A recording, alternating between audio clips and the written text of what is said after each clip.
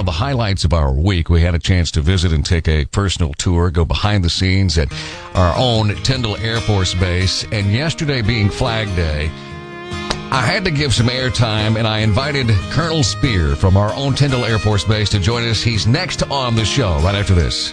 92.5 WPAP, Panama City. Dr. Shade here. You know, earlier in the week, I told you I had a chance to visit and tour, to me, one of the greatest Air Force bases, if not on the globe, and that's our own Tyndall Air Force Base. And I'm joined on the phone live here with Col Spear. Colonel, thank you for being on the show, my friend.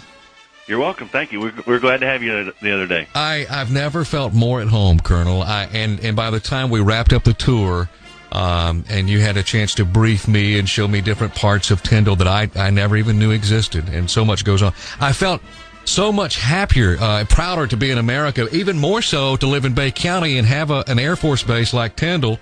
I guess you still feel that sense of pride when you get up and go to work every day, don't you? Oh yeah, absolutely. We're happy to show you around, and we want people to know what we do as far as providing air defense and search and rescue and some of the other things that we do for the nation. It's not just Bay County. I talked about that earlier in this week, but you guys actually monitor the airspace for the nation, correct? Yes, sir. We sure do. What does that entail? I mean, what all are you watching?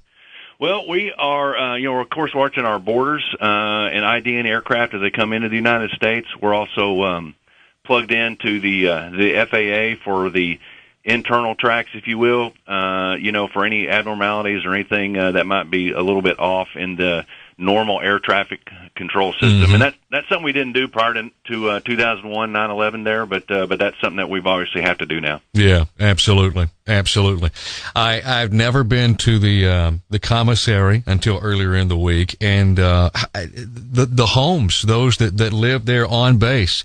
Very nice homes. I noticed a newer section, newer homes that have been built. And the average person, citizen doesn't get to see the behind the scenes view of Tyndall like you guys gave me. But can someone sign up to do that? I mean, do you ever open the gates for the public, Colonel, to see what goes on at Tyndall? Sometimes we do. We do it. We have civic leaders come through here, fairly often. We do the air show once a year where we try to get as many people on base that'll come just to help show them around and get a look at Tyndall. Yeah. We're in hurricane season. We talked about this just the other day.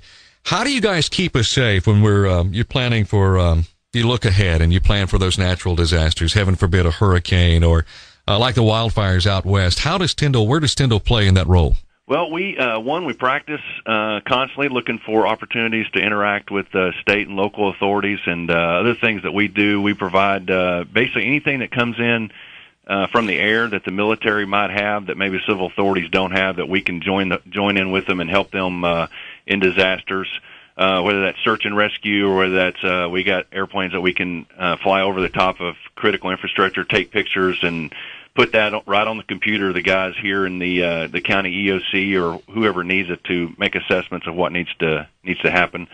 We also do a lot of coordination with airspace. A lot of airplanes going around different places sometimes, and then we have Civil Air Patrol airplanes that they can do everything Big Air Force can do, except much cheaper, much more quickly, and it's at a cost that's very reasonable for everybody to get the job done. It's no secret that the world changed after 9/11. In your professional opinion, are we safer today than we've ever been?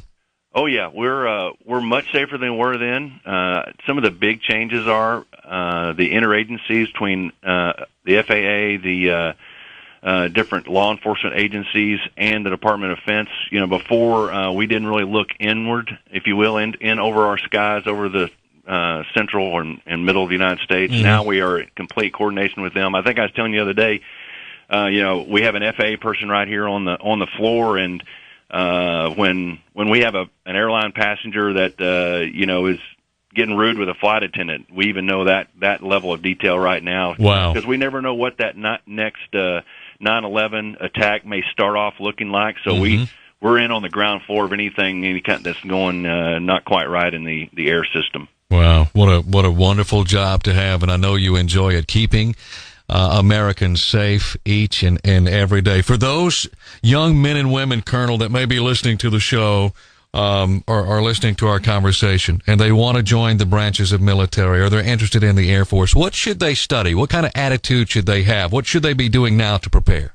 Well, they need to work and be physically fit. They need to be mentally sharp. They need to study, make good grades, and all that. They also need to figure out exactly what they're interested in. The military has a lot to offer when it comes to different career fields they can do. And for us, the guys that are in, we understand to continue this mission, we need quality, high quality people come in, and our hiring is a huge something we put actually quite a bit of effort in, especially in the Florida Air National Guard here. Mm-hmm. One thing I talk about is we hire right, then excellence is easy to achieve. If you hire wrong, then Mm-hmm. excellence is not that easy to achieve. Right. Well, this it means a lot coming from a colonel that has accrued more than 3,000 flying hours and 470 combat hours in Operation Desert Storm. I salute you, Colonel, and I appreciate your service to this great nation as well. Well, thank you very much. I appreciate the opportunity to talk to you, Shane. Thank you for having us out at Tyndall, and go Air Force. Thanks, Colonel. All right, thank you.